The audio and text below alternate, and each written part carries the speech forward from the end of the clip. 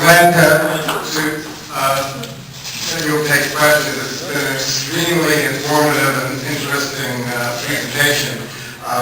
Perhaps I can ask the first question, which is, you're talking about the Lake Oswego project and the project up to Clark County in Washington. I've read in internet and various newspapers that there's a heck of a lot of NIMBYs around there.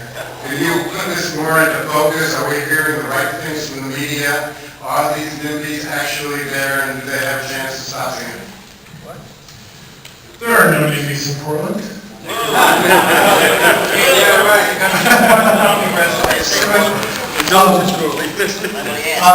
We are not, despite our reputation as the People's Republic of Portland, we're not, I don't think we're that much different. I think we've had, I am standing on the shoulders of giants, having been able to make some great projects work in the past. We now have something to point to, so it becomes a little bit easier. But every time you go to a new community, it's hard all over again. And so Lake Oswego is interesting because what's in between the neighborhoods in Portland and the neighborhoods in Lake Oswego is some really expensive riverfront land. And some of these places have been there for a long time, and the rail's been there since the 20s. So they've known the rail is there. Some of these places, their houses are on one side of the rail alignment and their garage is on the other side of the rail alignment. So this is a challenging corridor. And these folks in the multi-million-dollar houses are a little nervous about what might happen. And so there is a small group that has been able to be pretty vocal about their concerns. Now, the city of Lake Oswego, the folks who live in Lake Oswego are very much interested in the project. The folks in the city of Portland are very much interested in the project. But it's all about that. How do you make a project that avoids the worst of the impacts while carrying all of the benefits? And there are some interesting design things we might be able to do. And it really is, TriMet over time has built a practice of working very much retail with individuals and understanding what the issues are. Our outreach staff and our engineering staff work together and go out and meet with people and say, what do you care about? What are you worried about? What can we do? And we have had plenty of detractors and naysayers, and we're able to work through with them how we can figure out what we might be able to move forward. Columbia River Crossing is a different, a real interesting and sort of a hot button for the region. It's a litmus test almost for how you envision the future. And it's a really tough one because Portland, widening freeways, what are we doing? That's what people think. We're widening a bridge and improving the freeway to get to the bridge. And we're extending light rail into a community that doesn't have it, that most of the people who are polled want it, but not everybody. And some of those not everybody's are some of the most vocal people. And so that's a real challenge. And I've been working on that project since 2005, trying to get, first of all, comfort from Washington State DOT that we know what we're talking about, and transit is worth being part of the project. Working with the folks in the neighborhoods. Vancouver's 6 miles from here. Many people don't really come down to Portland. The ones who commute see it every day, but not all of them want to take transit. And so it's an educational experience. It's also a political experience in that one of the magic pieces of how Portland works is we get angry at each other and we argue and we fight, but we figure it out. We all work together, we know what we're doing, we get it together, and by the time it gets to a vote, everybody's kind of talked through the issues and we kind of know what's going to happen, and that all works out. What we see in Vancouver is they kind of figure something out and they kind of heave it over and then it goes to a vote and then who knows what's going to happen. And that's a very different experience than how we do things. It makes it for a wild ride. I think we'll get there. In fact, we've done a great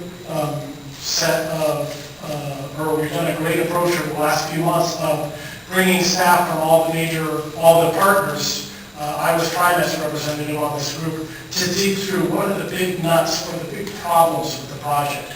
The big problems were how many lanes were going to be on the bridge. Vancouver wanted more, Portland wanted fewer. What the intersection to Hayden, or the interchange to Hayden Island looked like, and local access turned out to be very important. And some of the governance issues about who makes the calls down the line. We figured out the design stuff. We're there. We still have some governance issues to work through. How do you do a $3 billion project that's got sort of the Noah's Ark approach to project management, of everybody, having to represent all the issues. We'll get there. You're hearing the interesting part of the conversation. You're also hearing more negative than positive, just because TriMet is very active. We're relatively successful, and we're a good target. I think it keeps things moving. We also have had some interesting press about safety, and one of our folks did some numbers recently. And I know New York will dwarf this, but we have our vehicles make 2 million stops about each week. So light rail buses, we stop somewhere and start up again about 2 million times. Not surprised that there are sometimes interactions with vehicles. We pick somebody up or drop somebody off about 1 million times. And so we have an enormous amount of interaction. You can't be anywhere in the region without being within usually a quarter mile of a bus stop. So whenever there's a crime, whenever anything happens, they often say, next to the next station. It had nothing to do with the next, but it was next to the next station. Other questions? Any other questions?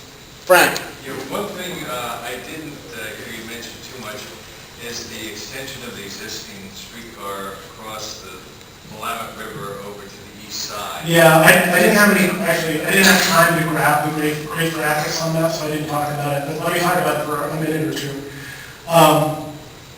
First, my experience on that project was as a planner and working with FTA, trying to convince them that a streetcar is a good investment.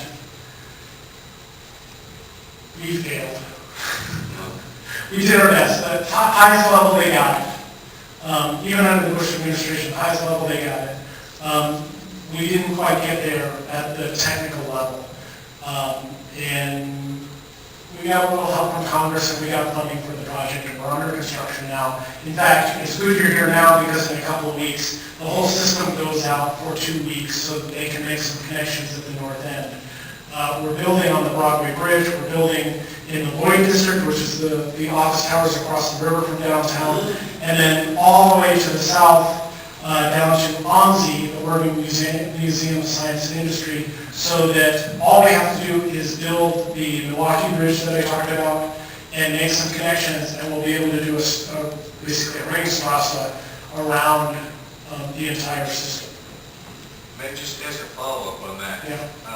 The Broadway Bridge is parallel to the Steel Bridge. Was there any consideration to building the track on that bridge to high enough standards that if something happens to shut down the Steel Bridge, they could reroute the MAX trains over that as a temporary bypass? There was real interest in it, but we never kind of got everything together to be able to do that. The Steel Bridge is the one place where all 4 of our lines come together, as you can tell from our map. And that's the way we cross the river. Until the Milwaukee Bridge is done, it's the only way for MAX to get across the Willamette River. So we're looking at how we can rebuild the Steel Bridge to make sure it's as seismically stable as possible.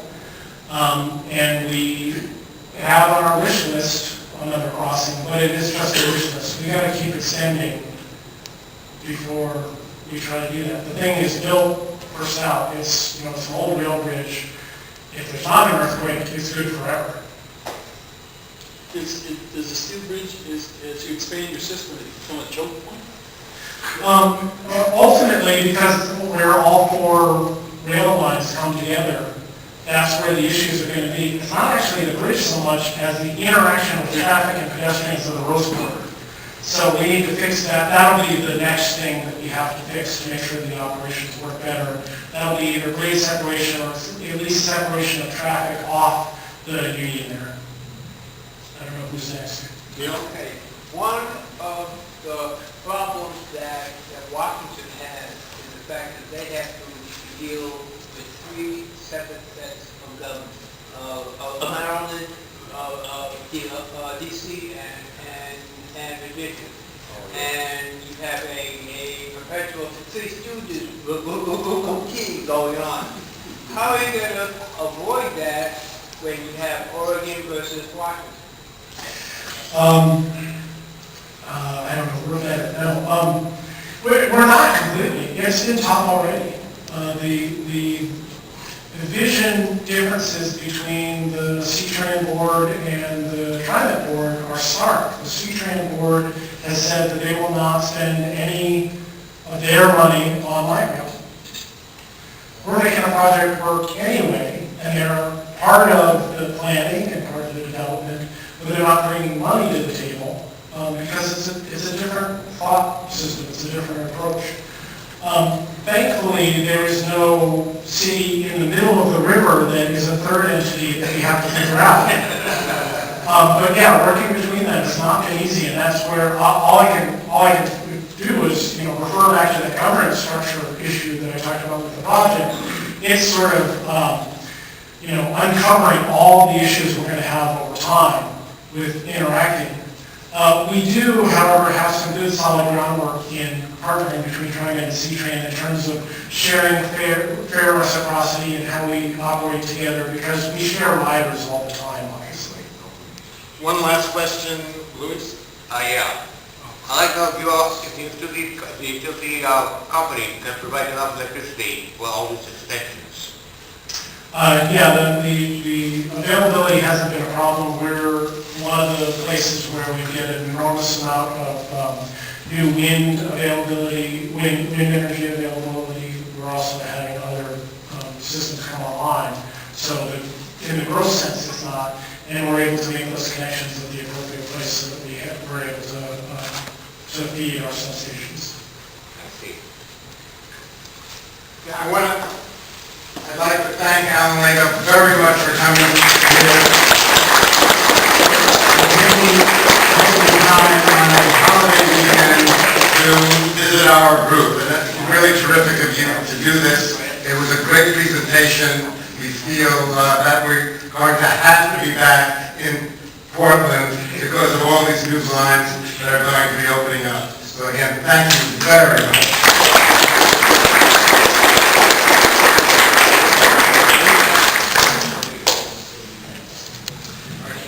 Okay,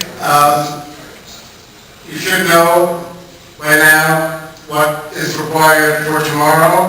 I don't know if there are any more of the documents there. If you don't have any, make sure you have one. And we'll see you all tomorrow. Don't forget, check out of the hotel. If you're taking the plane or the train and want to go there by our bus, make sure you check out of the hotel first on Tuesday. Thanks a lot, everybody. Good night.